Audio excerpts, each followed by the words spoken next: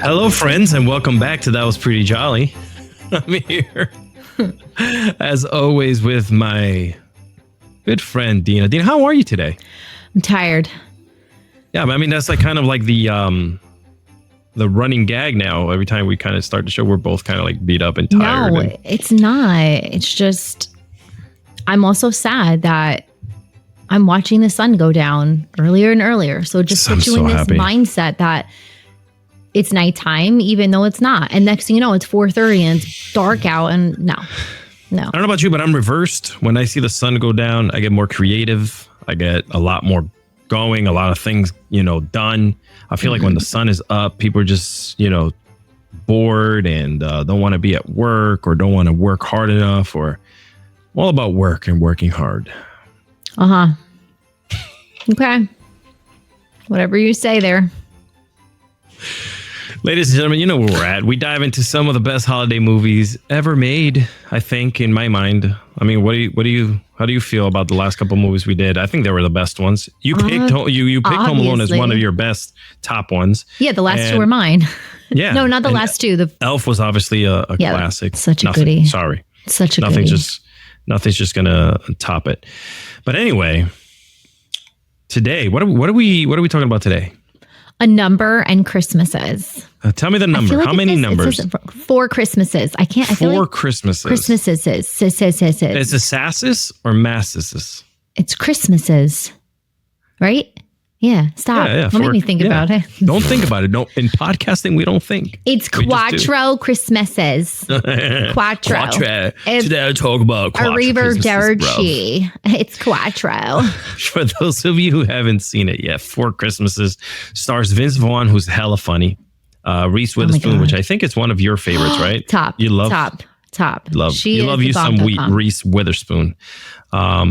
They are a couple who usually avoid their families during the holidays by taking off on vacations. But this specific year, they get stuck at the airport and have to visit all of their 4 divorced parents in one day. And I think that's like the meat and potatoes of the film. What'd you say? I vibe so much with that. So, yeah, this was a goodie. Tell me, off the rift, I just want to know your honest opinion. How did you feel about the film after you watched it? And then we'll get into a couple things here and there. Like I mentioned in every single show, we're sitting here, we're talking films, we're not writing them down script by script, line by line. We're just having fun. So tell me, how did you feel about after you watched it? And then I'll give you my thoughts, because this film, there's so many things I forgot, and I love rewatching it. Yeah. Okay, so I literally watched it today for the first time. I love this for you. How did you tell me every one of your feelings? The mic is yours. This is your show now. So I think it's interesting. The 2 characters paired, obviously Vince Vaughn and Reese Witherspoon, both like incredible actors. Reese has this whole, I don't know, I can't get the Southern sweetheart out of her, but she is just, she is the bomb.com. I can't think of anybody words. And Vince Vaughn is hilarious. Yeah. So I love his character. I love the comedy. The only part that just caught me off guard was I don't ever envision Vince Vaughn as having a vulnerable side. And I felt like towards the end of the movie where it kind of dives down a little bit, I was like, I caught myself looking away because I wasn't engaged. Like, I want that funny Vince Vaughn. I wanted some comedic value to come out of it. And I get it. Not every movie is going to be haha funny. But like from the start, like he's quick. He's just funny. Like everything pours out of him when they're at the airport. He's like, well, do you have a cousin airline? Like everything he says, I feel like he improvs half the movie because he's that talented. And then Reese is just there. And she was great. She was great throughout the entire scene. There were so many moments where she was just literally standing behind him with every single move. But that one part where it was kind of like sad, like I could see that for Reese, but I was so, you know how you're used to an actor being a certain way? I couldn't feel that with Vince Vaughn. So not like a horrific, like didn't like hate that, but I just wanted more of that like funny, ha ha ha. Right. And then the way it ended was great, but I don't know. One more. So for those of you, obviously, yeah, I mean, it was kind of like a cliffhanger. The movie was released on November 26, 2008. So that puts it right in the Christmas line of movies. I mean, you're talking about Turkey Day soon. Yeah.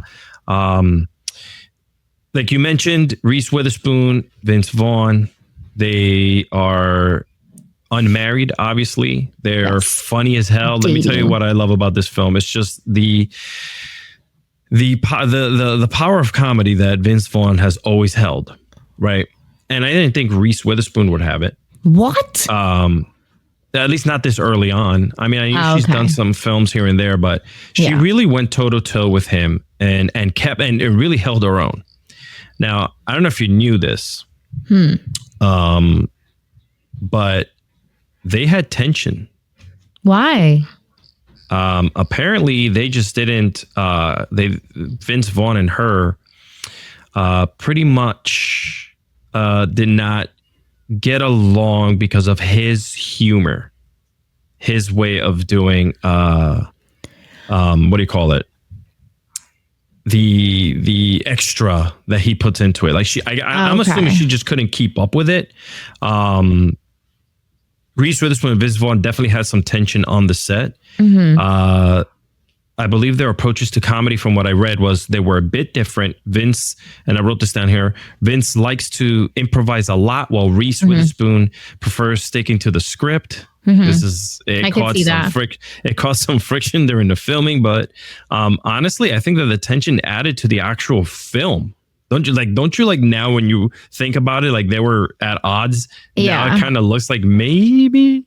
Well, yeah, there was definitely some points where, and this is probably why they did a really good job, that you can see she was just like, get to the point, let's go.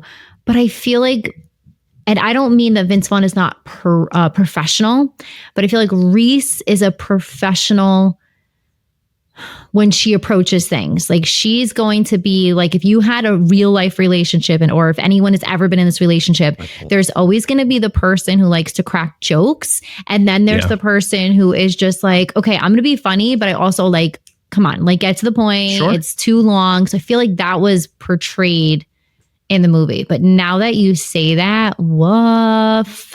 Yes, I saw that. Yeah. You could see that. Yeah. You can definitely see that. And I don't know at what point maybe they started the beef on set or whatever that was happening.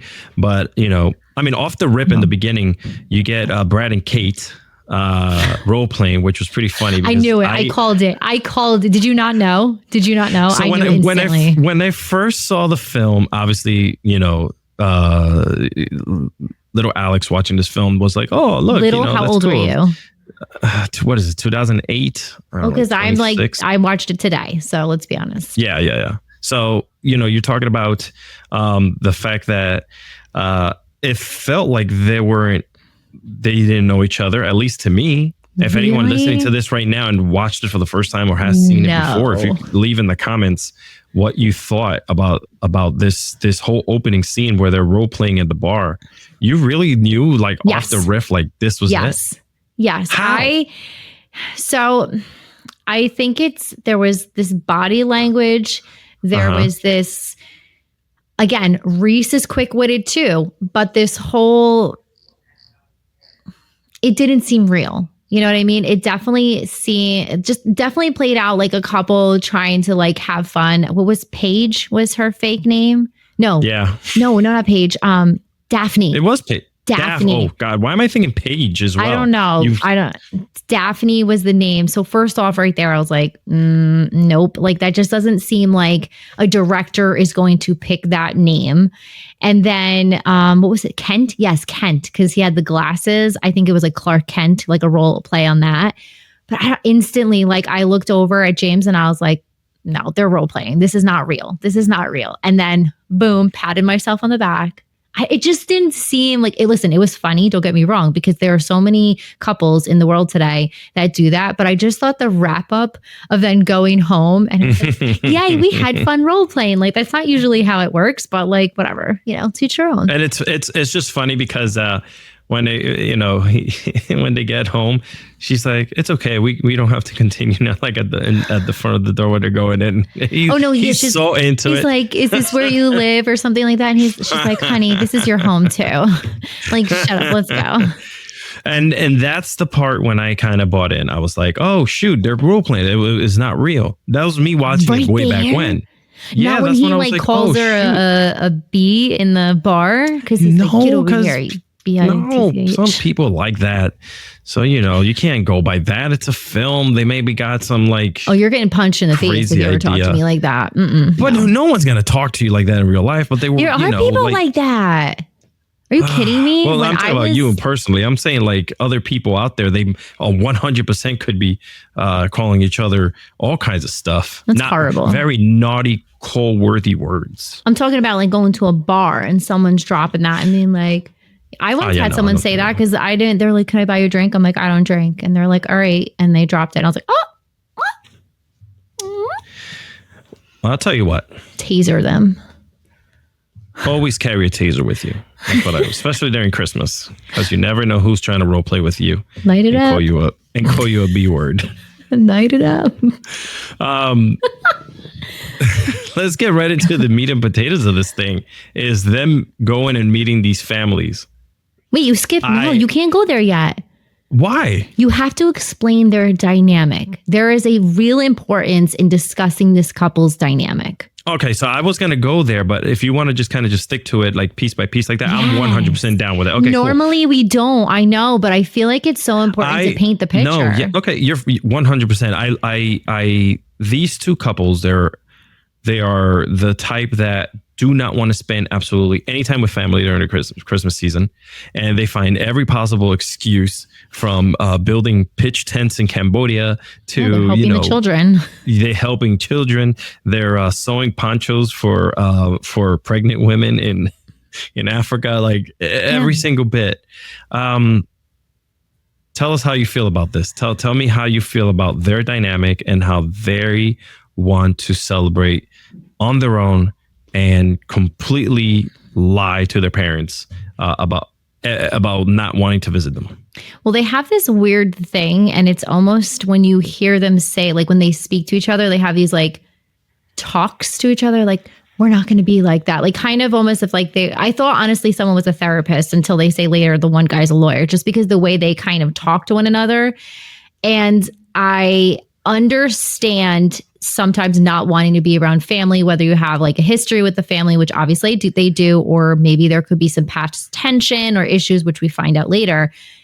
But I don't think I would go as far as to lie about what I'm doing. Like I probably would just tell my family like, "Hey, like I'm going to Fiji or, wherever that would be nice." Which they 100% were going to. Right.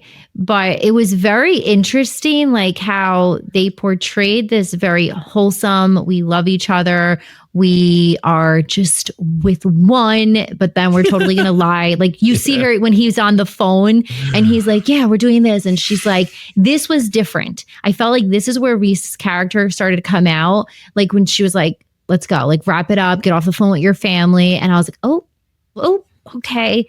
So, and then even though at the airport, he seems like the one was super mad and she's trying to calm and soothe him. Yes. I feel like though, right there, I would have loved to see Reese just like attack. Cause I don't know. I felt like she didn't have it in her in this film and I wanted her to. She definitely was playing the role of the more conservative, let's relax. Let's play it cool. Let's see where we can go with it. And, and when you talk about that, I know a lot of the films have a lot of the push and pull dynamic with couples, or there's always a more powerful person within the two. I felt like they were kind of even, except for just that, their attitudes. I didn't feel like either character was trying to overtake each other, only when they were trying to tell their lies and see which one kind of like got off the phone faster with their family members.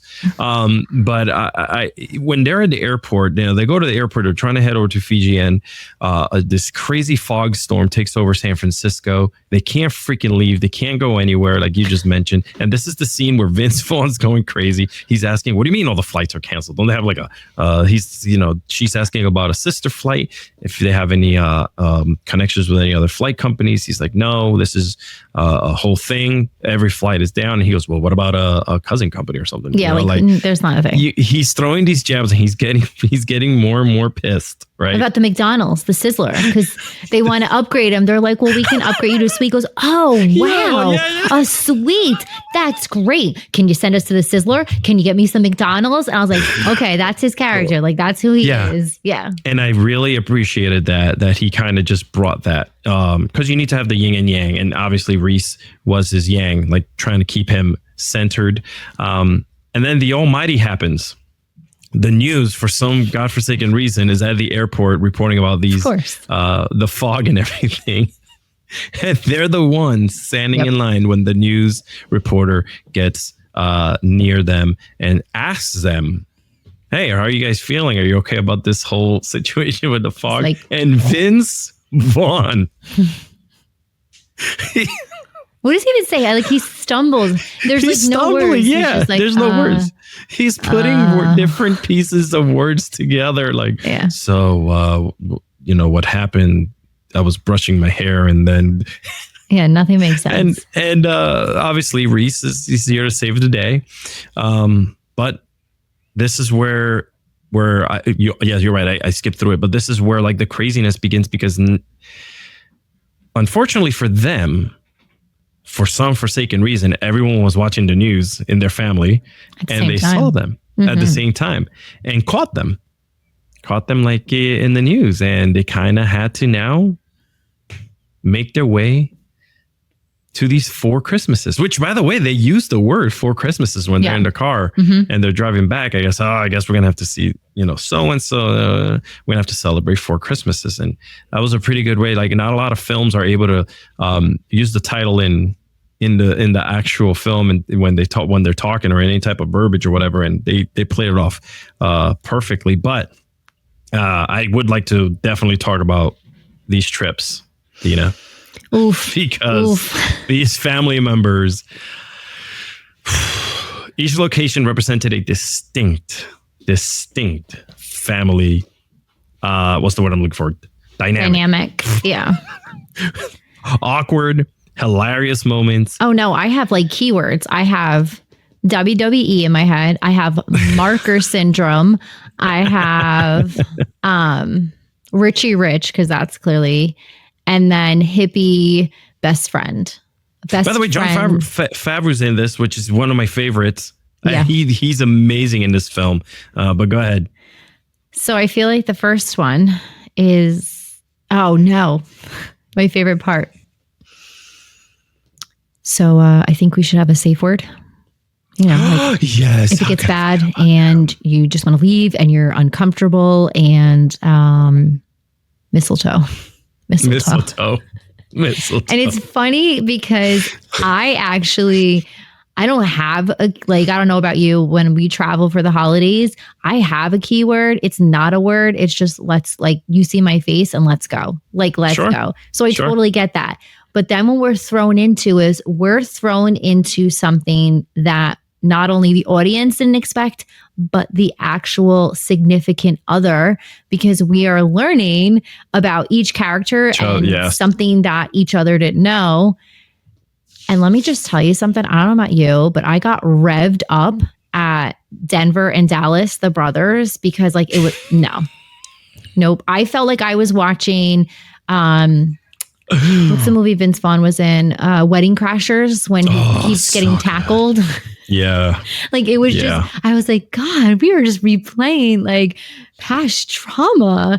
It's so instantly. good. But wait, he said he described his brothers as, the reason their names were because that's where they were conceived. And then we find out Brad's real name is Orlando. Yeah. Which is so random. But he describes his brothers as cage fighters that you would see on TV, but they're not on TV and they just go every weekend and they don't even get paid or something like that. Yeah, they upload the videos to the internet. YouTube, this is when YouTube was in its infancy back in 2008. So yeah, YouTube existed, but you really didn't call it YouTube. You just said you uploaded the videos online because that's what everyone was doing back then. And it's funny that you mentioned that because Howard, who's played by Robert Duvall, his dad Denver, Tim McGraw, Dallas, John Favreau. It's such a rough household. Like the first of all, what are you gonna say? I'm nervous here. They got where she's they're gonna open presents. And they had to spend $10, right? That was the limit. Yeah, no one told him about the $10 cap. No one. He gives him the box, and the kid opens it up. And he's like, "Oh my god, an Xbox 360!" And he's like, "Oh my god, where did you find an Xbox for $10? Yeah. Well, I mean, okay, also, oh my god, woof. And then the kid opened. Then Vince Vaughn, so Brad, he's like, "Oh well, okay, let's see what Dad got you." So he throws him a friggin' flashlight. Oh, flashlight, Dad! Why don't you love me? Yeah, but then it gets worse.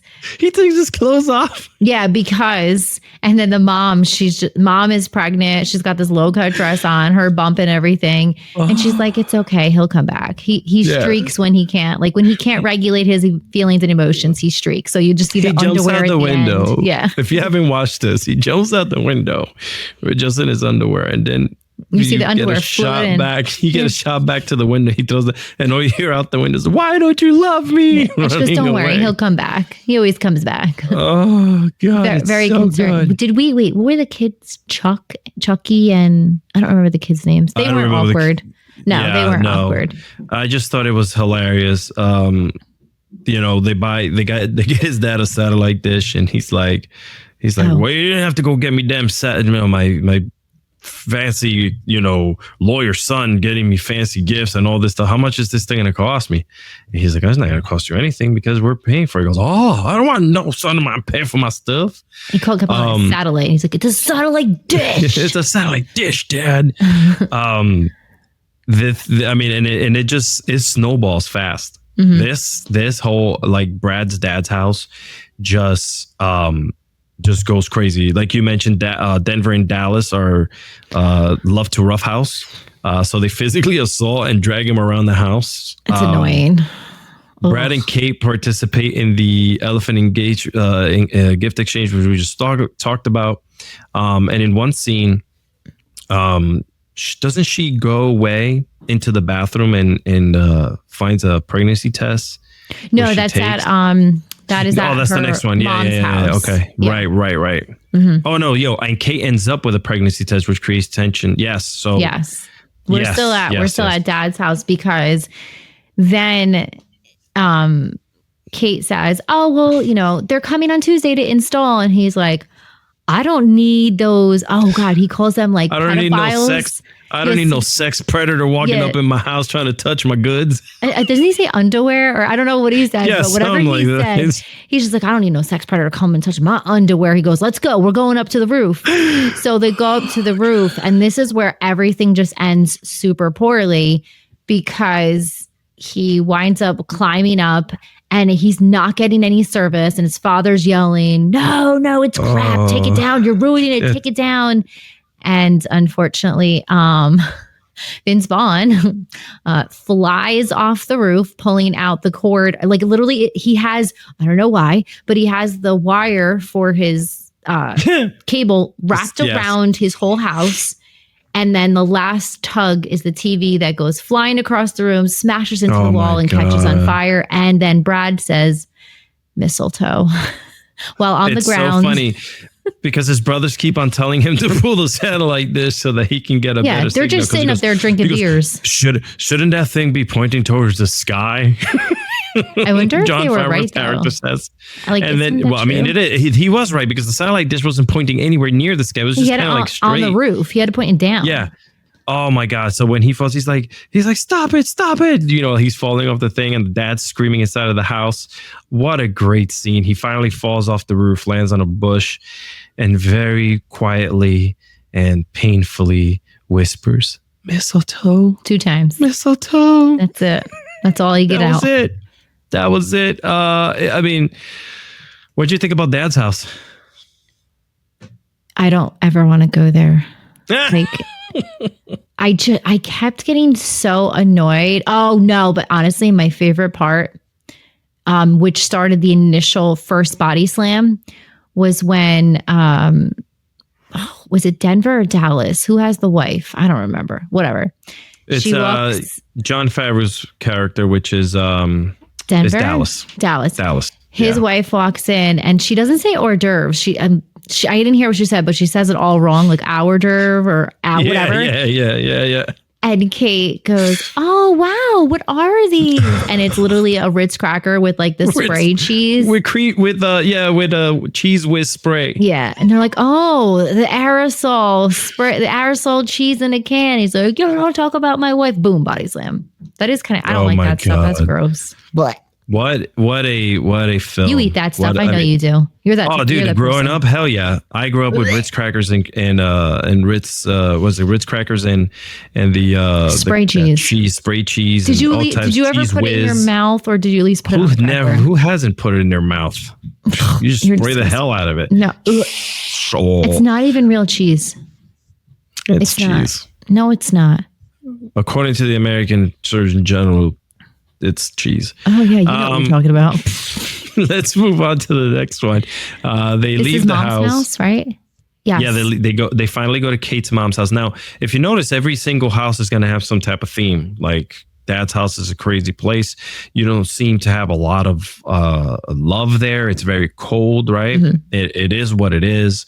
So you kind of see that side of Vince. Why Vince is so like, you know, the way he is with the jokes and the anger, because you see how that house is, you know. And by the way, like the dad calling the mom what is it, a whore or something like that? He calls her something, and he goes, "Oh, I see you and mom are in good terms." So you can tell by the way that even the way the dad talks, you know, it's just like there's really not a lot of love and affection. There might be love, but the affection is totally missing. But we move over to Kate's house. You have Marilyn, who's played by Mary Steenburgen, and Courtney, who's played by Kristen Chenoweth. Is that, did I say that right? I always say it wrong. Chenoweth. Yeah. She is actually, I didn't realize how great of an actress she is. I did not. She's a powerhouse. Yeah. And she's also hilarious. Yes, she is. We mentioned the different settings. Now, Kate's mom's house is more of a feminine, suburban household filled with women. Yeah, a lot of Jesus. Wait, didn't she say this is the cougar? There's a bunch of cougars in the house. Yes, there's a bunch of cougars in the house. All the aunts are like going nuts. So to kind of set the setting at Kate's mom's house, things kind of just take a different turn. This side of the family is filled with a lot of flirtatious women, like Deana was just saying, the cougars, who are overly on the prowl. Yeah, enthusiastic, maybe. Can I say that? Because they're kind of like a little bit of a hand touchy. Oh yeah, even the grandma. Oh my God, when she's on his meets belt. the grandma for the first time. And she says it, like, what is it that she says to him? But she like winks at him and he's like, yeah, I know what that means. Yeah, because like, she's like tugging on his belt and he's, oh God darn, what does he say? He's like something like, he goes, yeah, Graham, that's my belt. It's attached to me. And she goes, I know what you mean. I know. And she winks. Yeah, I'm like, oh, wow. Graham. Yeah, Graham. Oh my God. Kate's mom, Marilyn, is dating a much younger man who is a former pastor. No, he is. He's a legit. He's one of like. He is a pastor. Yeah.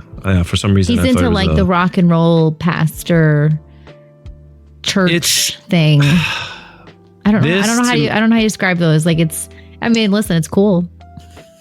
Yeah, I mean, we've kind of like move over. We're in the house.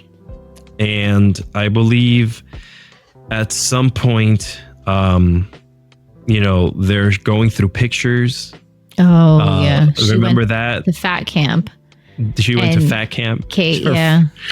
Kate's. The pictures are like, so how he sums it up, Brad, when they get in the car and they leave it, the way he sums it up, he goes, wow, you're really powerful because you definitely ate the other twin and that made you super powerful because that was a big baby. And I was like, oh my God. He's like, you were twins. You ate your sibling. You ate your sister. Oh my God, that was freaking hilarious. The fact that he just kind of like, in each household, you're learning about a little something that you didn't know about each character. So in this case, we learned that Kate was a binge eater. She was a very big girl when she was younger. She went to fat camp, and then she had a very special friend who used to play. Who used to play lifeguard or something like that. And he's like, yeah, like you didn't tell me, you dated a woman. She's like, I didn't date a woman. And he's like, she was gay. No, she wasn't. She was really nice. She would come over, hang out, and then we would play lifeguard and she would practice putting lotion. And then she stops and she goes, oh. Yeah. She put it all over my back. There's some cool things happening here. The family, they're giving Vince a massage when he's sitting there looking at the album. We got to talk about what's happening during that time. Yes, through all of this, the kids are outside on a bouncy house. It's called, what does she call it? Bounce or jump? Yeah, I forget. And it's funny because Kate is deathly scared of the bouncy house because I believe one time she got trapped in it and everyone beat her up. They called her Cootie's Kate. Cootie Kate. Yeah. And they were picking on her when they were in there. And the way that her sister explains it is she was like, yeah. And, when Kate would come around, we'd go, oh, Cootie Kate. And we'd have to spray it off so we could get the Cootie Kate. And I mean, but those bouncy houses, I'm sorry, they're scary. I don't like bouncy houses and closed ones like that. Nope. But before she goes out there to the bouncy house, because there's a whole scene where she goes nuts in there, and we'll let you know why. There's a scene where she's holding the baby, her sister's baby. Mm-hmm. And the baby projectile vomits on Kate, right? Like chunky. It's gross. And Vince Vaughn's just freaky. He's like, no, get it away. I'm going to do it too. I smell it. It's in my mouth. Yeah, I think maybe that was his, like, where she would get annoyed because he kept going with it, where she was just like, and she's like, I don't know what to do. He's like, just get out of the room. Walk away. He's so good. He is so good. He's like, please get away from me. Yeah. I mean, he's so damn good. And this is like where I mentioned before I jumped the gun. She goes into the bathroom. She has the pregnancy test, and she takes it. We don't know. The audience never finds out what it is during these scenes. She gets a change of clothing, and I believe while she's sitting on the toilet, the niece comes in. Yep. Just blurs right in while she's sitting there. And she kind of just like grabs the freaking pregnancy test from her and runs away. She says it's a marker. It's a marker, yeah. The niece goes, oh no, we're not allowed to have markers anymore. I got in trouble for that. So let me hurry up and take this and go tell mommy. And she's like, no. Yep. And then it's like, oh shoot. And the chase begins. She runs into the bouncy house. Her being the niece, and Kate's just standing there going, "Oh Jesus!" Mm-hmm. And like this whole montage of the kids jumping and pushing and grabbing are in there. Where did all these kids come from? I want to know. I don't know, because in the beginning of the movie, like, it was only the baby, and then niece just shows up. Like the family, It was a family Christmas. So I want to know why every kid on the block was over their house jumping in literally in a bouncy house going crazy. They start throwing this pregnancy test around the kids amongst each other. Poor Kate's in there trying to find it. There's little kids like pushing her, punching her, and at one point she gets drop kicked out of the freaking bouncy house. She gets pissed, banging her head on it. Yeah. He was grabbing her by the head and like slamming her head against the bouncy house. And I hope that you guys are following along and you saw it, because you're probably laughing your ass off too. And if you haven't seen it and we're ruining it for you, watch it and just kind of like have us on as you're watching it, so you can get weird commentary from I got angry from this scene. Like I was just like, no. Well, she got angry too, and she just walks up in there, zips it down from the inside, and beats the crap out of all the kids until she finally gets the test back. Throwing them, body slamming, and the famous part at the end. So she gets it back to her niece. I forget the name. Was it Maddie? I forgot. Yes. Maddie. And she's like, Maddie, that marker you have in your mouth, I peed on it. Oh, that's right. And yes. That's how she drops it. And then she's like, oh my that's how she got God. It's so nasty. So nasty. Yeah, because when I saw her put it in her mouth, I was like, oh, okay. Oh my God. I don't even want to think about it. Now, let's not think about it. Lemonade. Now, they end up going to church together, don't they, that evening? Oh my God. Yep. This church scene, I mean, this movie, I mean, talk about the snowball effect of things that happen. In this scene alone, like the Kate's mom's house scene gets a lot more crazier than the dad's, because now they're going to church, and they're doing they're doing like a rendition of the Jesus Christ story. And apparently someone dropped out, so they're looking. Mary and Joseph. They dropped out. Yeah, Mary and Joseph. Yeah, like they got sick or something like that. And the mom's like, it was the mom, right? It wasn't the sister. It was the mom who kind of got up. Yeah. Yep. She kept saying, "Come on, Kate, do this. Yeah, do this for the congregation. They need you." And she's like, "Mom, I can't. I get stage fright." And then she says, "But you were in Pippin." She's like, "Mom, I was a tree in Pippin. Like, no." And then she raises her hand and she goes, "Kate'll do it." And then she stands up, and then they need Joseph, so she volunteers Vince Vaughn. And it's so funny because, oh my God, I think maybe this is the scene that definitely pissed her off, because he initially was like, I can't do this. I need to learn my lines. And he all is of a sudden so into his character. A diva. Yes. But what he says up there, woof. This is definitely where this makes sense. This is definitely where she was like, I am going to kick your butt off scene. I hate your guts. Because she was super nervous, and the narrator is telling her as Mary to swaddle the baby, and there's a legit tea towel in the manger. Like, how do you the baby was big. This was a big baby. A giant baby. And she's like, Brad, I can't swaddle the baby. And he's like, line. and she's like, I can't.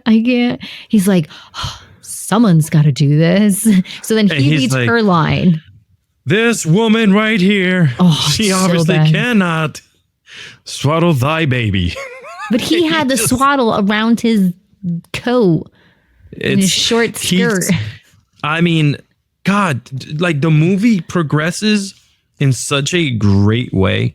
Like it doesn't feel like it drags. Even in these scenes here where they're at the church, and obviously she uses mistletoe this time around. Yeah. Clearly, because she wants to, kind of end this whole fiasco of what's happening in the house and with the family. And, like it gets to be a little bit overwhelming for her, which rightfully so. She's thrown into this opera play thing at church that she didn't even want to be a part of. And Brad's just like a super diva. They go back to their seats, and he's dancing and clapping, and he's like loving every single bit of it. Oh my God. Talk about wanting to really stand out in the family. But yeah, I thought, what did you think about Kate's mom's house? What did you think about the whole interaction?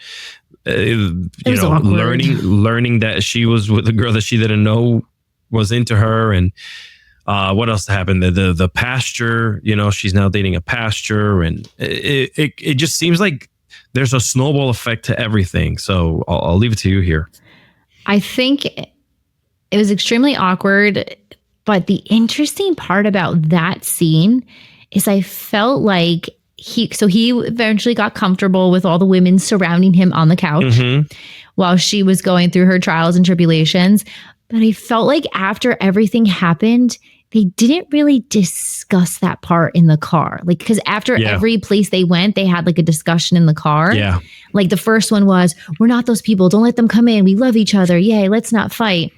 Yeah. And then after that, it was, I don't know. I was like, okay, they're not going to make it. This is not going to be a good relationship. Because he really was, like those things he said as Joseph, like, woof. I know, he really went in on her. He was like, this woman can't do anything. Like pretty much said she can't do her job. And I was like, oh. And it's kind of crazy because I don't think, as a character, I don't think he knew what was happening at the moment. I just think he was just going along with everything that they do already. Yeah. You start off the film with them role playing. So here we are in another sense of role playing, but not really just, you're kind of just playing characters here. And so, he takes it to the nth degree now with the way that he's speaking to her and the way that he tries to be super macho. Maybe he was like just really nerdy growing up and that was his moment to shine. Because he lives with mom because he didn't live with dad. With dad, yeah. So and then when at the end when dad says, I forget what he says, like you're a mama's boy, I forget what he says, but. Yeah. Now that brings up a good point because they go from Kate's mom's house to his mom's house. Now we go to Brad's mom's house, who's like the complete opposite of dad. There was beads at the door. She is complete, like she's a hippie. Yeah. Yeah. Paula, who's played by Sissy Spacek. I don't know how to say that. I mess up people's names all the time, people. And her boyfriend, who is Brad's childhood best friend. Mind blown when I first saw this. And I had forgotten this little tidbit when I rewatched it. And I'm literally laughing so loud because he's like, your mom, she's like a sexual vessel. He's like, no, she needs tending to. And, she's more than just blah, blah, blah. And I hope that now we can see past through this. And he's trying to make a cause. He's like, you were my best friend. We are no longer best friends. You are having sex with my mother. No. Now, this side of the family's a little quirky. Am I right? Quirky? Yeah. Like they're a little weird there. They have very unconventional like family dynamics. Again, totally different from dad's house. It's more like rough and tough, and then, you go to the feminine household with Kate's mom and touchy feely, kind of like very flirty. And then you go to Brad's mom's house, which is very like loose and like dude acceptance. And whatever. Yeah. Yes. You're very much well accepted. That's a great word. We mentioned Brad's mom, Paula, is a free spirit and a bit eccentric.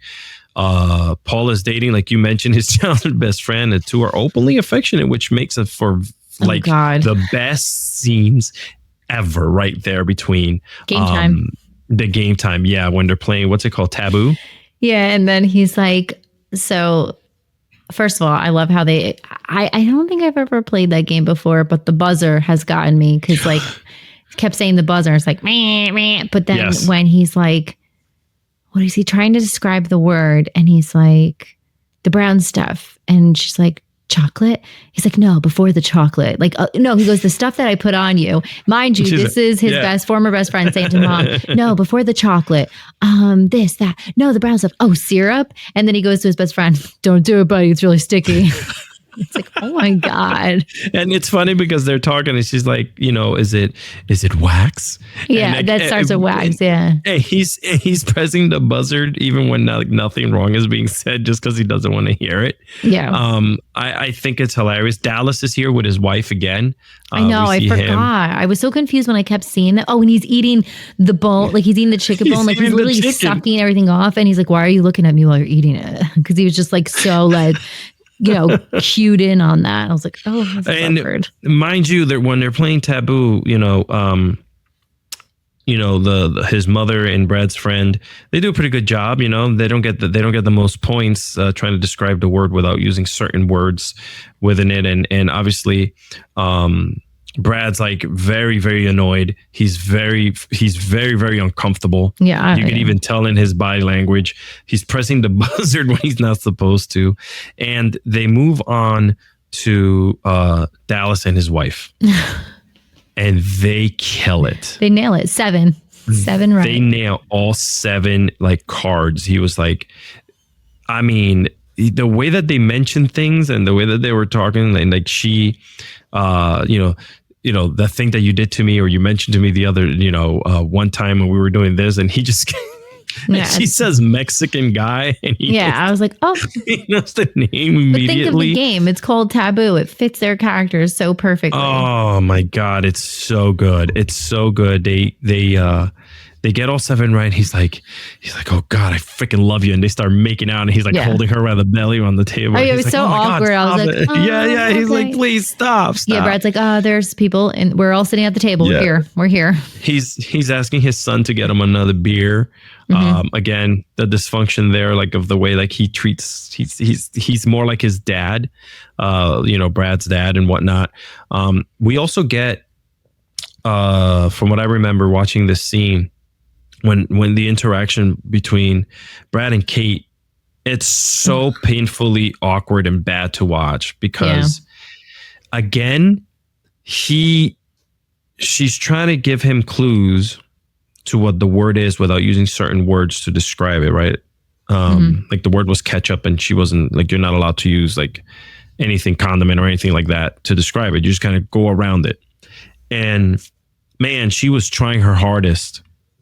And he just wasn't scenarios, getting it. And he was getting pissed off because I understand the object of the game is to just use keywords, but she didn't like her understanding of it was like to describe a story. Like, remember that night when we went out and this, and he's like, no, you're not getting it. You're not getting, just give me clue words. You don't have to describe it like that.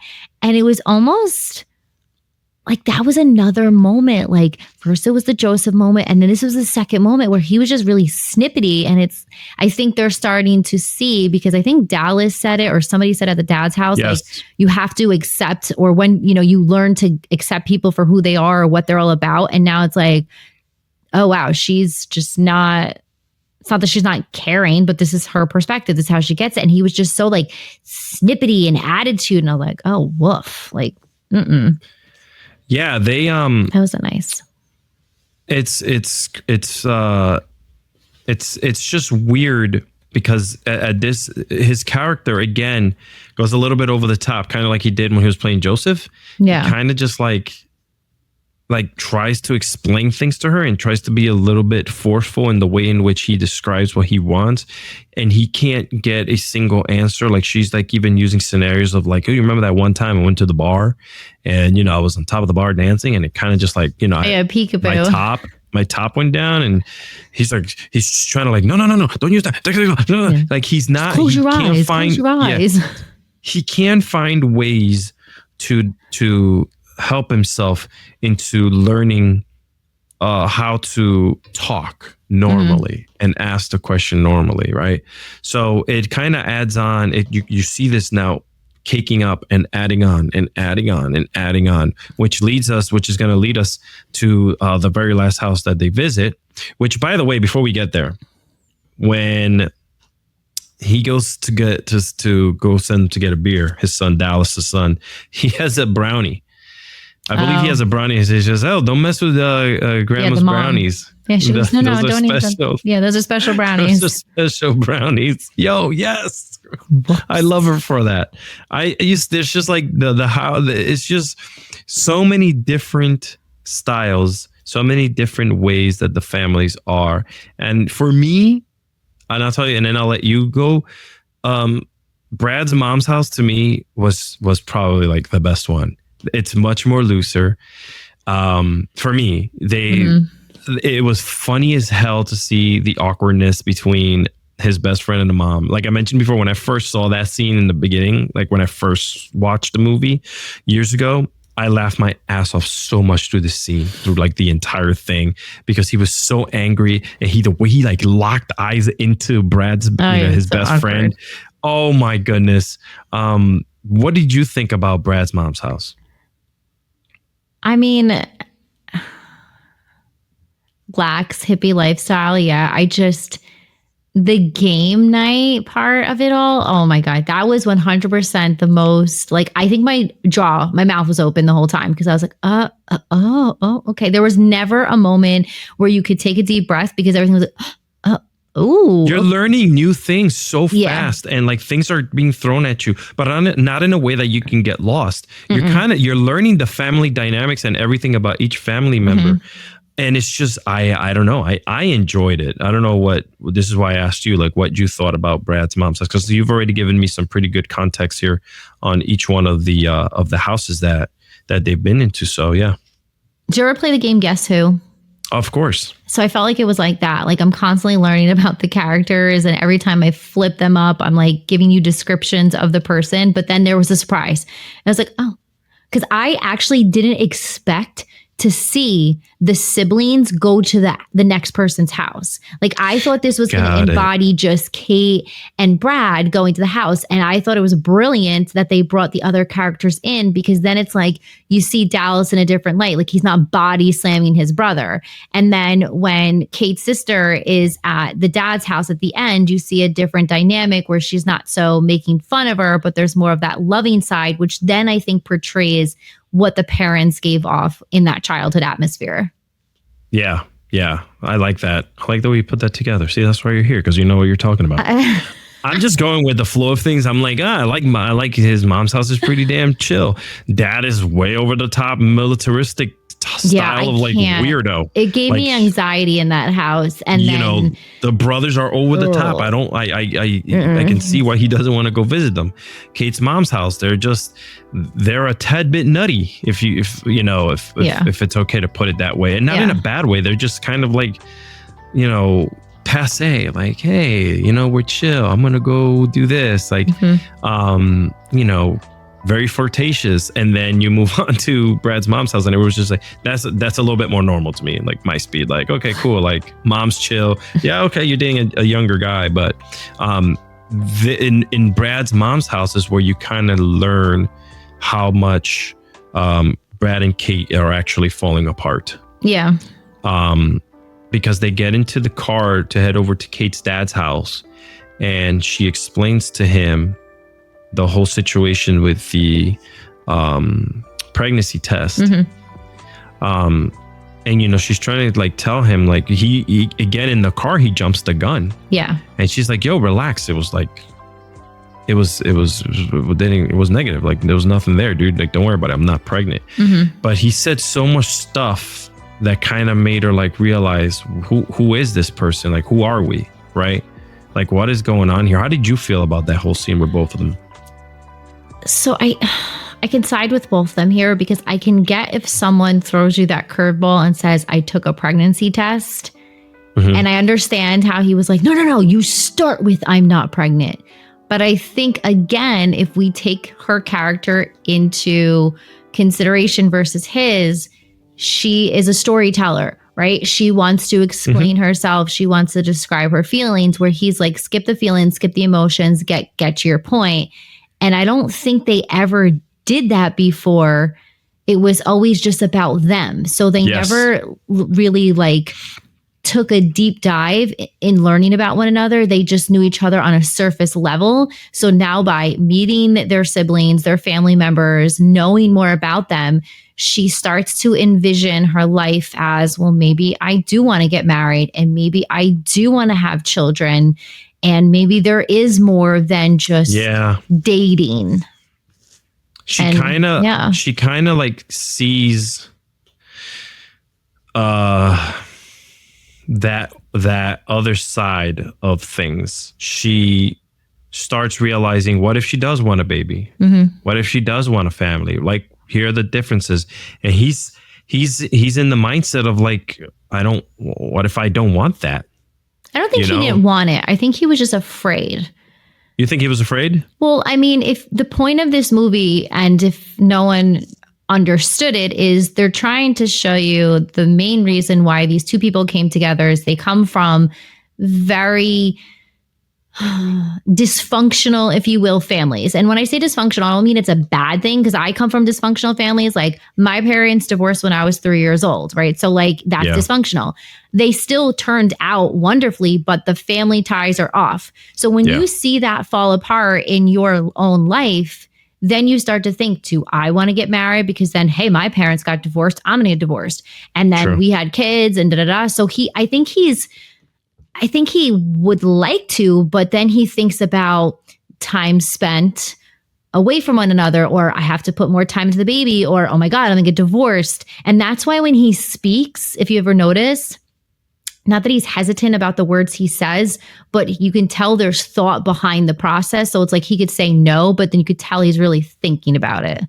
Yeah, he gives some well thought out answers, like you just mentioned. I didn't think about that. Like whenever he speaks about something or they have a conversation about something, he kind of he lays out the answer in levels. Yeah, he never really just like, and that's a very Vince Vaughn thing to do. If you think about any film that he's done, he kind of lays that on you. Yeah, he's always kind of been like the person who, even in Wedding Crashers, Fred Claus, any movie that he's done, he just basically always kind of like layers more and more. Yeah, it's like a philosophical journey with him. Yeah, he doesn't really just tell you no. He's just like, this is why it's no, but I'm not going to say no. He's the guy that instead of going down the block and making a left to go to the corner store, he's going to go down all the way, take the roundabout, because for some reason the roundabout was really cool. Then he's going to reroute. And then you know why he did that? Because if he does that, he gets to park on the right side so he doesn't have to get out and face traffic. Wow. He's that guy. Yeah. That's what he really does. good. I like that. Thanks. Wow, for those of you who are just listening, look. Welcome to That Was Pretty Jolly with Deana and some guy who sits here pressing the buttons to make sure everything sounds good. Dr. Deana. Welcome to Dr. Deana's TED Talk. This should have been called That Was Pretty Jolly TED Talks with Deana, and then sometimes Alex. That was pretty Teddy. No. I just thought about that teddy bear. What is that movie? That teddy bear? Ted. Is it called Ted? Oh, okay. Yeah. It's pretty. I love that movie, by the way. That should have been a Christmas film. No. We go to Kate's dad's house. Kate's dad's house, very different. Now they drive there. This. He drops her off. Yep. This is the beginning of Act 3 in my brain. We don't talk like that here. But in my brain, when I'm watching a film, a lot of the time I break things down into acts, right? And I don't have to go look for it. I just kind of know. Why do you do that? Let's share with everyone. Why do you do that? I'm weird, Deana. No. Go back to high school. Go back to high school. Why do you think like that? I don't know. I used to like movies in high school. I worked at a video store. No, what did you do in high school? I was in musical theater and drama. Okay, I was He was Big Bird on a stage. So yes, I do think in acts. Sorry. Barney. He was Barney in high school production. Before they switched it over. Didn't you do High School Musical too or something? Wow, no, what? That's way past my time. I was a young one. You know what song I just got? Like, You're Good Man, Charlie Brown. No, I got like. Reese are alive, and you're like, with the sound of music. Oh my God. Sound of Music. That was pretty classical. You couldn't be Charlie Brown though. You're too tall. No, I did not play Charlie Brown. Tree? I was a tree, actually. Like Kate. How'd you know that? A kite? Did you just call me a kite? No, like Kate. Remember Kate was the tree in Pippin? Okay. Yes. No. Yeah, we're doing a throwback. I did not. No, I did not. I was the Wicked Witch of the West, and my face was painted green, and it tinted. It did not come off for like 2 weeks. I did such a good job. Okay, so in 8th grade, we were doing The Wizard of Oz. I auditioned for Dorothy, but I did not get picked. I was super upset because this was kind of my first coming out as I can sing. I want to be in part of a play. And then they made me one of those, the ballerina munchkins. Mm-hmm. So I was kind of sad about it because, okay, we sang fine and we danced. I was a ballerina, but I wanted a bigger role. Like I've always wanted to be part of something. Of course. So my best friend in high school, Liliana, was casted as the Wicked Witch of the West. Turns out she accepted the role, even though she didn't audition for it, because they figured she was like mean and stuff. And then all of a sudden she didn't want to do it. And I said, I want to do it. And they're like, do you think you can do it? And I was like, I will audition. I will show you I can do it. Let me just tell you something. Do you know why I was the best Wicked Witch of the West? Not just because my acting and my cackling, but at the scene when the Wicked Witch of the West melts, everyone in that theater thought we had a mechanical floor because I nailed it. I like slithered down. Oh, I was the bomb.com. Have that on VHS. So you melted yourself. I did. I have that on VHS. best. Oh my God. Whichever. So I actually played Schroeder in You're a Good Man, Charlie Brown. This is right after what's his name, who created Peanuts, passed away. I don't. Oh, Jesus. I can't remember his name. Jesus didn't create it. No, I know it wasn't Jesus. You have a phone. Google it. Like, honestly. I know. That's right. We're here. I bet you I'm going to feel so dumb. Wait, what did you sing? Can you give us a little snippet? Yeah. There's a actual song, because he played, Charles Schultz. There's an actual part where, he plays the piano. All ears. So I had this beautiful small little piano, fake, and that they created for me, fake, yes. And obviously, my teacher, who was one of the most amazing pianists I've ever met in my life, she obviously manned the piano right outside of the stage, and I had to sing this song to Lucy that kind of just went on and on for like 2 minutes. I can't remember it to be honest. Do a snippet. Look it up. I don't remember it because it was. You can literally look up the production. You cannot. Why not? Oh my God, I'm looking up. You have to look up the production. As a former director for middle school plays, you have to, it's on there because you have to get rights to it. You can't just make up your own production. You could. Lies. Here we go. I'm just gonna. You type really loud. Well, the keyboard's really loud. Sorry about that, everyone. The keyboard's really loud. That's a horrible. I love how I get on a tangent. Yeah. This is the segment we call On a Tangent. Take one. Go. Geez, I don't even know where the heck this song is at. How does it go? What are the words? I don't even know. I don't remember it. But I have I was on the paper for it. You were on the paper. You were on the paper. You were in the paper. They prepositions are important. They literally put me on the paper. Literally. They literally put me on the paper. For those of you who don't know what can you say the word exactly, please? Exactly. Okay. Did I say it wrong? No, it freaks me out when people put the T in there and they go exactly. Because I know it's there, but it just freaks me out. Wow, I would never. Exactly. I would never. I have the, you know what? For those of you who are listening, I do have the actual script. So I'm going to look for the script. It's in my closet. I'm not right now, obviously, and I'll take a picture of it and I'll find the song and I will sing it and put it on Instagram for everyone who can hear me sing it. But if you don't do it now, you're in trouble, right? I think it was the Peter Rabbit song. What is that? I don't know what that is. It was the Peter Rabbit song. How does it go? I can't play it on here. We'll get like... I have to find it. I'll find it. You're such a liar. You have it right in front of you and you're stalling. I do. There's 79 pages here. I don't know where the song is. You are stalling. Someone has a little fear of the microphone in front of them. In front of them. You won't sing because he's afraid to sing. I don't think you guys can do it. Sing the alphabet. I don't think. Sing Happy Birthday, Mr. President. A, B, C, D, E, F, G, H, I, J, K, L, M, N, O, P. They changed it, They changed the alphabet. Oh, please don't do that. No, I mean the way they sing it because LMNOP was too fast. So they changed it for So how is it now? I don't know. I refuse to learn. We used to talk about a movie called Four Christmases, and we just completely went off on a different side quest here, which is what we do, and it's pretty awesome. We were talking about our acting careers that clearly did not make it. So I did that. I played Vince Fontaine on in Grease. Go Grease Lightning. What a great. Oh, Grease Lightning. I directed that. Yeah. I did. I directed it. I had one of my kids go to Broadway. You're welcome. Yeah, I did that. I did. We were supposed to do Jesus Christ Superstar. I don't know if anyone ever saw that. Forget him. We're definitely not monetizing this video. Don't let go ahead. This is all yours. I'm muting myself. We're gonna get fined. No, we're good. I can change the words. Let those pipes ring. This podcast is going south because we're not talking about it anymore. That was pretty jolly.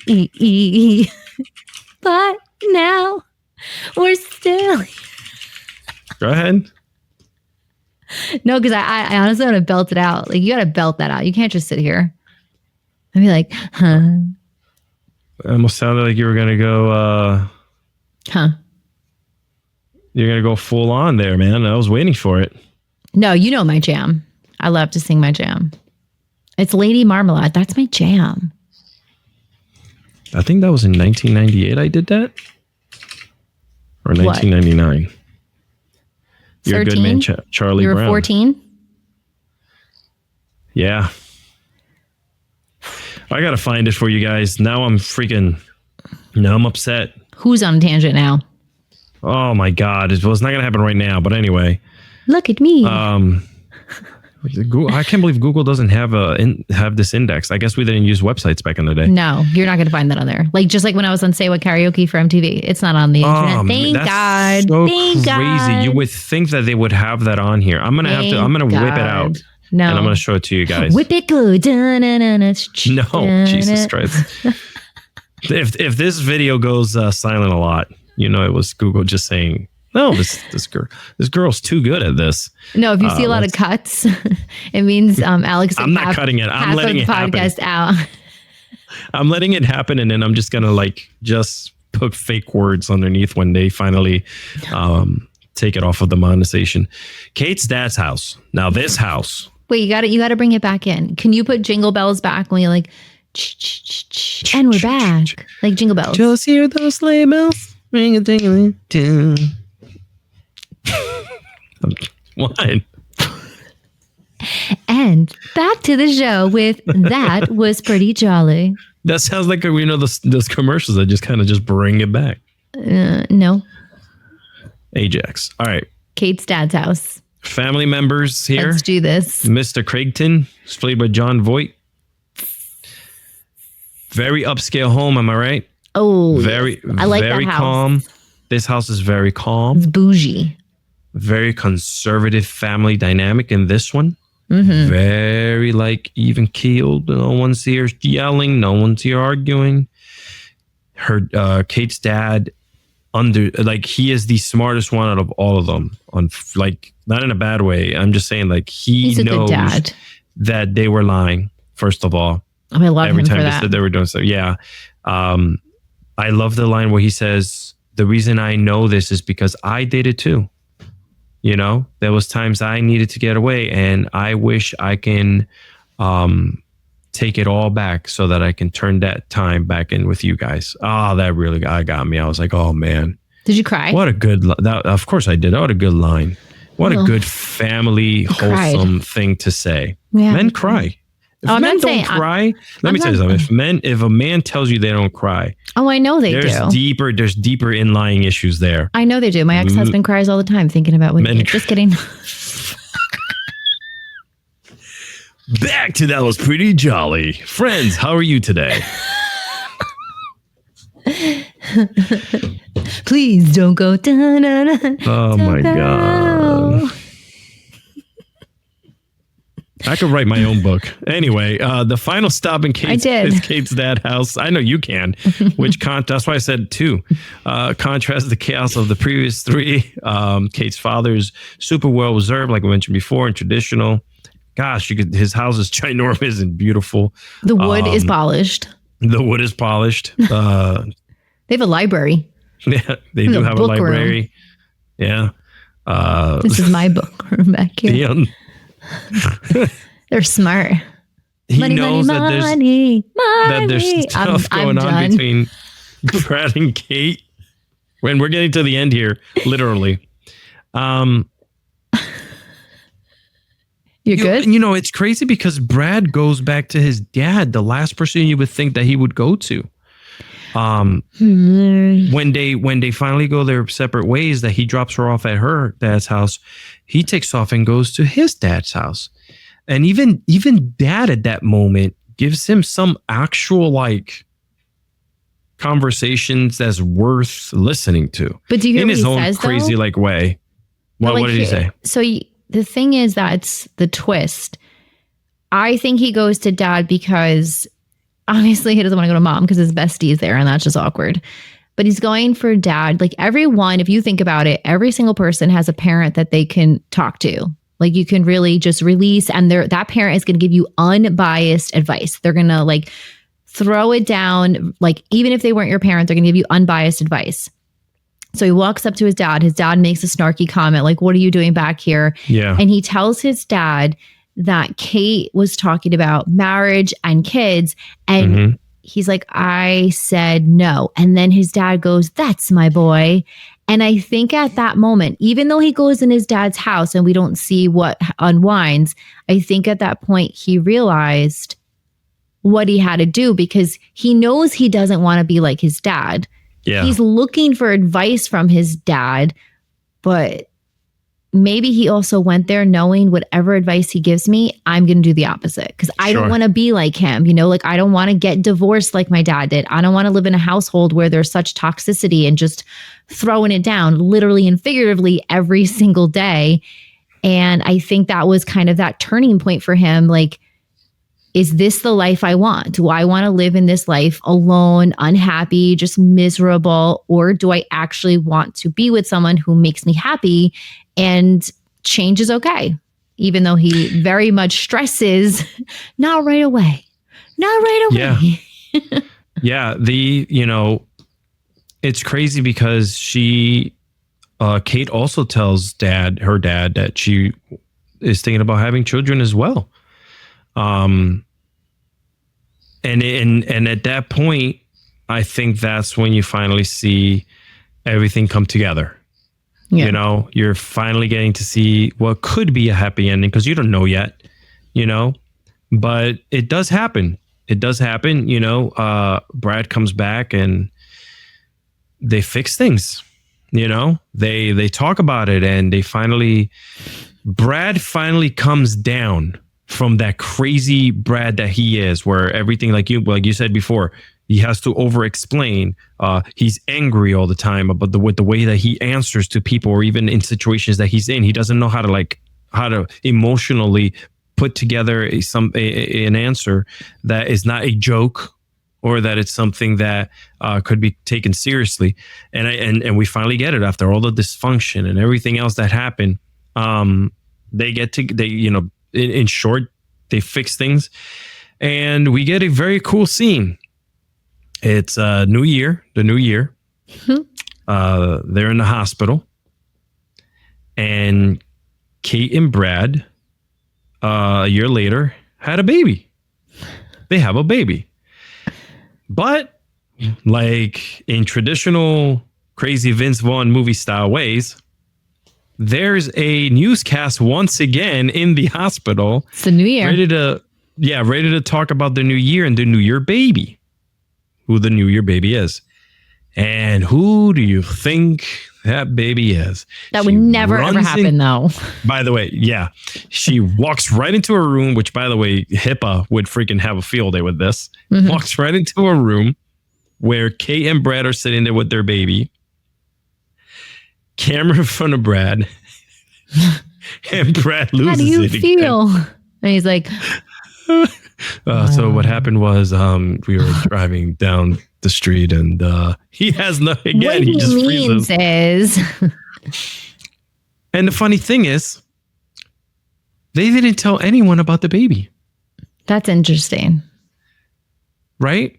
Yeah, because that's how the movie leaves you off on this cliffhanger, where they kind of just go to black. They do. Like I was mad about that. They kind of just say, "Hey, this is the end." That's how the film ends. And I'm sorry for anyone who hasn't watched it, is just listening to us ramble. Well, that's just the way it ends. They have this baby. I don't think they were telling anyone about their pregnancy, kind of like they did with when they were going away on vacations, and they weren't really going to help people in Cambodia. And now everyone knows. And you would think, oh, there could be a part 2, but this was it.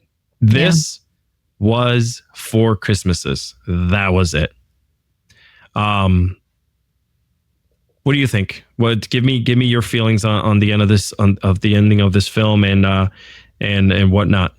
I mean, I think it was funny when the baby projectile vomited again. How did I forget about that? That's how it ends. He's like, yes. Whoa, he's doing it again. Yes. So the baby it made projectile. It funny, but I was like, I felt after watching this, it should have been like a Meet the Fockers. Like they have the second one. Like I wanted a second one because, and I think that's what made me so mad. Like, okay, you had the baby. What happens now? Because we've seen their relationship without kids and not even being married. So like, did they get married? Because the one thing I'm mad, I forgot to check. Did anyone have a ring on when they were in the hospital? Right. Like I didn't check for that. So I might go and see and rewind that. Do you think that this film deserves a place like in the annual holiday movie lineup? Do you think it's worthy enough? I mean, it was a hit. It was a hit. The film with the people. I'm being biased because I love the cast. Yeah. But I don't see it as a real big Christmas movie, though. Could it have been like a Hallmark movie instead of an actual like theater thing? Well, no. Hallmark is like, no. Especially with like mom having relationships with his best friend. I don't know if Hallmark would go that route. That's true. Yeah. Hallmark, and then the whole like the twist story with Jesus Christ. Yeah, I don't think that would fly with Hallmark. That's no true. Way. That's true. Yeah. No way. I meant freeform family Christmas. Yeah. Now, to me, the movie was fun. I thought it was lighthearted. It had a lot of the Christmas elements in it. So I think it's great for anyone to watch who just wants a fun, who had a long day at work or something. And we know that the holidays could be very stressful. And if it's on TV, you should definitely take time to watch it. I think like if you haven't and you have access to it, you should definitely give it a whirl and see if you enjoyed it. Deana, how many candy canes do you give it? So I was thinking about this, and it's crazy because this is your first time watching it, which is pretty awesome to me. I know. Listen, if you haven't figured after this that I dissect the movie and the characters, well, now you know. So because I am lining this up, how I feel about Christmas movies and the vibe and the joy I get, and what I've given past movies, I'm gonna give this one 3.5 candy canes. Really? Yes. And I feel like that's still very fair because I'm lining this up with like the best of the best Christmas movies and the cast and the rollout and what I vibe with. So again, this is just how I feel. I would have given it a 4, but I felt like mid-movie when they kind of get into the car that one time, I was a little lost. Like I needed a little bit more.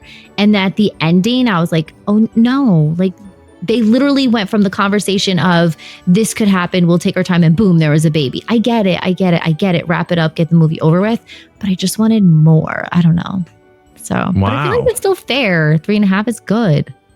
I think it was, yeah, I think that's fair. I too give it, I give it 3 as well. Why do I take away 2? You're different. Don't you dare compare me. I'm giving it 3, and I don't do the half thing. That's kind of weird. I'm gonna eat half of a candy cane. Yes, I'm gonna have the full candy cane. Okay. You never made spikes for your candy canes? No. Well, yes, I made plenty of shivs in my time. Is it called a shiv? Is that what it's called? Yeah. I thought it was a shank. What's a shank? Yeah, shank too. Shiv, shank. I think it's all prison talk. Okay. Never been. I give it 3. Yes, 3 because it made me laugh. It's set in Christmas, but it's not the traditional like Christmas film where it's full of like every Christmas film has some type of dynamic where something goes wrong. Mm-hmm. But I just feel like it wasn't full on enriched in Christmas spirit. Yeah, it wasn't like a vomit of Christmas. Right. They used Christmas as a backdrop to what they were doing. Mm-hmm. Right. So that's why I'm giving it 3. I think overall you guys should definitely go watch it. People loved it. They give it I think it has a B+ cinema score, which means it's great. I think it's rated around 25% on Rotten Tomatoes. So it's not for everyone. And I understand, like, it's a dysfunctional Christmas. But I thought it was fun. Deana, I'm so happy that we were able to talk about this one because this one was in my back pocket. I really enjoyed watching this the very first time when I watched it. And watching it again just brought back good memories and like the craziness that is having family members spread out all over Christmas and having to go see absolutely everyone. and sometimes just it being a little over the top. Not as much as having MMA brothers that beat the crap out of you. Yeah, no, I can't. Like when you go watch them, when you go visit. But that'd be great if I saw your sister give you a armbar takedown and then an elbow drop off the top of the couch. That would be pretty. I'd be arrested. I would be getting arrested. I think you would too. No one can mess with Deana. Trust me. No. She's beat me up twice. Why don't you violence? I'm gonna have someone knocking at my door. There's gonna be a TikTok a viral video podcast or beats of other podcaster. Thanks. Tell everyone where they can find you, follow you, listen to you, your awesome records, your 7 books, and your fine wines. 7 books. So obviously my home base is Instagram. So it's thequeenbuzz.com, thequeenbuzz.com. Yes, Instagram, because I've been there from the start. When Instagram was a simple Polaroid picture in there, you shake it, you wave it, your picture comes out. No of that live real stuff. I am from the start. You are old. Holy hell. Okay, and you were slow as dirt. Anyway, I also have a podcast of my own. You can check it out on Spotify, Apple Podcasts, wherever you listen to your podcast. It's 4.0 Life. And then a little twist to the tea, if you will, Serve and Spill on Patreon with my friend Christina as we serve it up and spill it nice and piping hot. Always. Super on Serve hot. And Spell. Serve and Spell. Oh. But it's Instagram. That's where I'm at. Follow, like, do all the things. Follow, like. I'm going to like that girl, 5'6", beyond finance. Follow, like, do all the things. Follow, like, do all the things. Jesus Christ. Next. I'm gonna trademark that because, very demure, mindful, all that stuff. Oh boy, I hope that's way past its time. When people listen to this. You can find Alex on the couch. You can follow me on the couch. That should be your Instagram name, Alex on the couch. Yeah, but I'm never on the couch. That's okay. So Alex on the mic. Oh, that would be a good. Okay, one. I like that. Alex on the mic is pretty good. Yeah, but you can't be verified if it's not your real name. So I'm changing. I'm changing it. I'm totally buying into it. Your handle could be Alex on the mic, but your real. I'm just gonna change it. Yeah. Change it. You guys can follow me at Alexis Cardoza on Instagram and on Threads. If you find me anywhere else, it could be me. It might not be me. Who knows? Wait, why? Because I like to have trolling accounts. Oh, you're weird. No, like my Twitter account is my name. But if you don't see anything being written for weeks on end, it's because I might have stepped away from it, or I could be there just trolling. You're people, on the couch. Talking, on the couch. Everyone stay happy. Stay jolly. And remember the mic. Remember my tooth. Remember. Life. Remember. Life is a slice of life. That's what you just said. You remember to stay happy and jolly. Stay jolly. Oh God! All right. Goodbye.